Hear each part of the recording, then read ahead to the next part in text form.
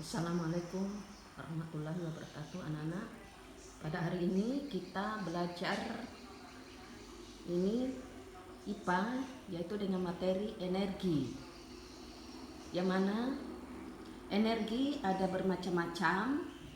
Ada energi matahari, energi listrik, energi cahaya, energi panas, ada energi panas bumi, ada energi potensial, energi apa lagi, energi listrik, energi panas gesekan. Nah, baiklah, untuk materi energi ibu akan mulai dengan energi listrik. Energi listrik adalah energi utama yang dibutuhkan manusia untuk peralatan dapur, peralatan listrik yang tersimpan dalam arus listrik dengan satuan ampere. Jadi sekali lagi, untuk satuan listrik adalah ampere yang disingkat dengan A. Kemudian dan dengan tegangan listrik dengan satuan volt atau voltase dengan disingkat V. Jadi untuk tegangan listrik itu satuannya adalah volt yang disingkat dengan V, dengan ketentuan kebutuhan daya yang diperlukan masing-masing keluarga, masing-masing rumah, kebutuhan daya dengan satuan watt atau W.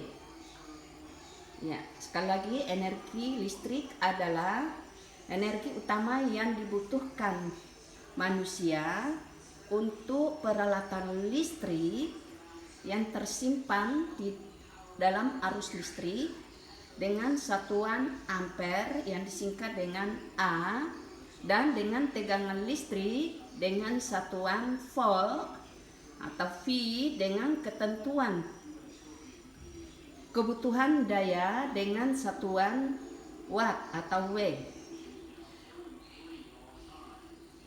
Jadi kalau misalnya ditanya satuan daripada tegangan listrik itu adalah volt. Makanya kalau kita beli lampu, itu di lampu itu ada di situ ada berapa voltase atau volt. Kemudian ampere, kalau ampere itu adalah arus listrik. Satuannya arus listrik itu adalah ampere. Satuan tegangan adalah voltase, dan satuan kebutuhan daya atau daya, satuan daya pada listrik itu disebut watt atau W. Nah, untuk energi listrik itu sangat kita perlukan, itu terutama dalam PLTA atau pembangkit listrik tenaga air, yang mana pembangkit listrik tenaga air itu ya itu menghasilkan listrik dengan dipasangkan generator digerakkan oleh tekanan air sehingga menghasilkan listrik. Jadi gerakan air yang kuat, misalnya air terjun, tekanan air terjun, atau apalagi gelombang air laut. Nah, itu bisa membangkitkan atau menggerakkan generator yang dapat menghasilkan arus listrik. Nah, kemudian PLTU yaitu pembangkit listrik tenaga uap. Nah, itu juga uap yang menggerakkan generator sehingga menghasilkan energi listrik. Kemudian PLTN, pembangkit listrik tenaga nuklir. Nah, itu dapat menggerakkan generator sehingga menghasilkan arus listrik. Nah, kemudian energi listrik banyak juga dibutuhkan pada peralatan rumah tangga. Contohnya blender, ya, kemudian televisi, apalagi kompor listrik dan lain-lain. Dan untuk energi listrik itu sangat dibutuhkan manusia dalam kehidupan sehari-hari, terutama dalam penerangan pada rumah masing-masing atau penerangan jalan dan lain-lain.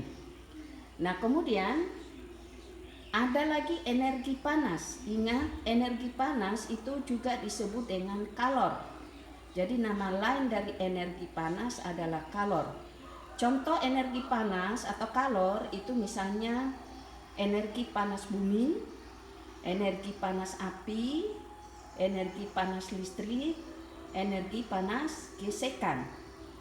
Energi panas bumi, ingat, bumi kita semakin ke dalam, di dalam perut bumi kita, semakin memasuki ke inti bumi, itu di dalam ada zat-zat yang sangat panas di dalam perut bumi kita, terutama di intinya. Nah, itu dapat dimanfaatkan panas bumi dengan cara dibor, dipasangkan pipa ya sampai ke perut bumi untuk dimanfaatkan panas bumi, bisa untuk pembangkit tenaga listrik, bisa. Kemudian energi panas api, yang mana energi panas api kan bisa dimanfaatkan misalnya menggosok, memasak dan lain-lain. Bisa juga untuk pemanas ruang. Ya, kalau di negara Eropa itu panas api itu digunakan untuk memanaskan dalam ruang rumah, karena di negara Eropa apabila waktu musim dingin itu diperlukan di sana untuk energi api. Kemudian energi panas listrik. Energi panas listrik itu contohnya menggosok, itu panas listrik. Kemudian bisa juga memasak dengan menggunakan kompor listrik. Energi panas gesekan.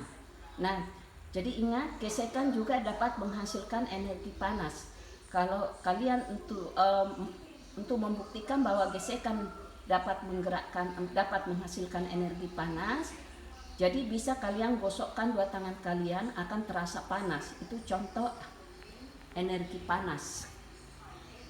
Kemudian energi sumber daya alam. Ingat, energi sumber daya alam ada dua golongan, yaitu energi sumber daya alam yang dapat diperbaharui dan energi sumber daya alam yang tidak dapat diperbaharui. Dan Ibu akan bahas yang pertama adalah energi sumber daya alam, yaitu yang tidak dapat diperbaharui. Yang tidak dapat diperbaharui yaitu contohnya minyak bumi, batu bara.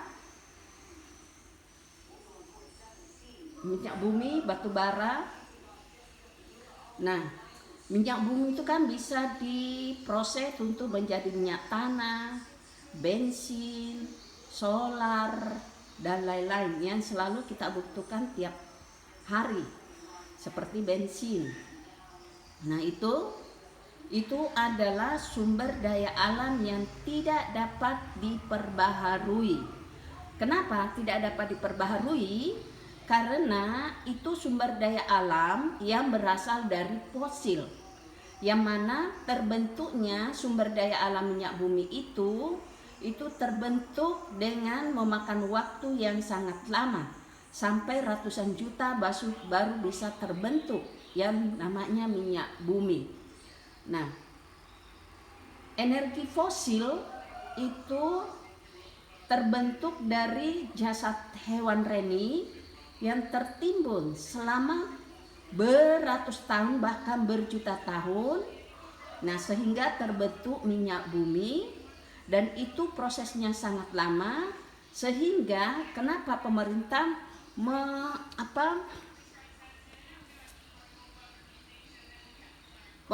membatasi namanya penggunaan minyak bumi, karena itu itu sekarang sudah mulai langka yang namanya minyak bumi, terutama bensin.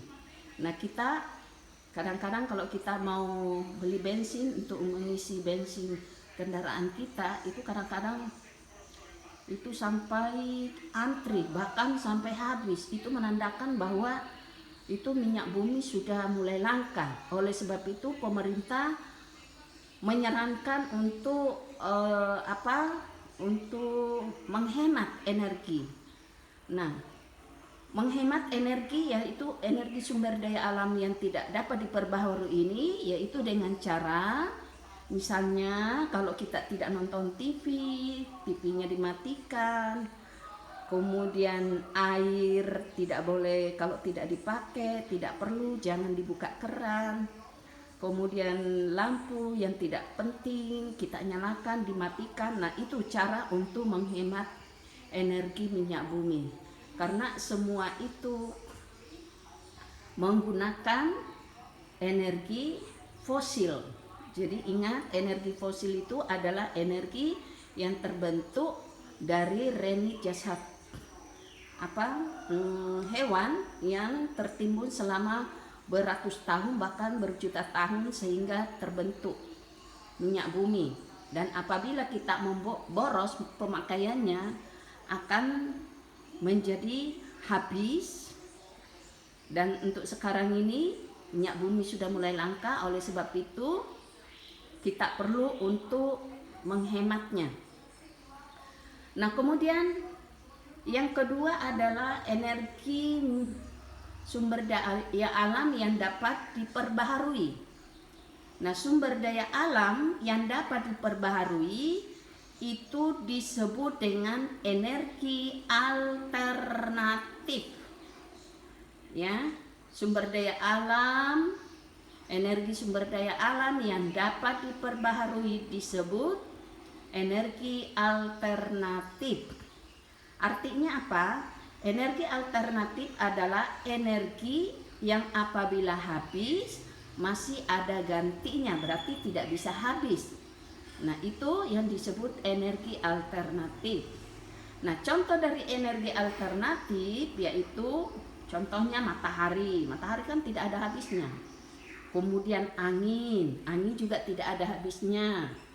Air itu tidak ada habisnya.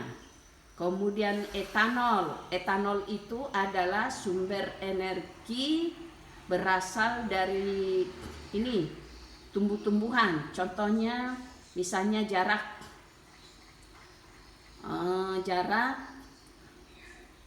kemudian panas bumi tidak ada habisnya. Nah, itulah yang termasuk energi alternatif. Nah, demikian materi kita pada hari ini tentang energi sumber daya alam, energi yang tidak dapat diperbaharui dan yang dapat diperbaharui. Sekian, terima kasih. Untuk lebih lengkap materinya, kalian bisa membuka buku tema 2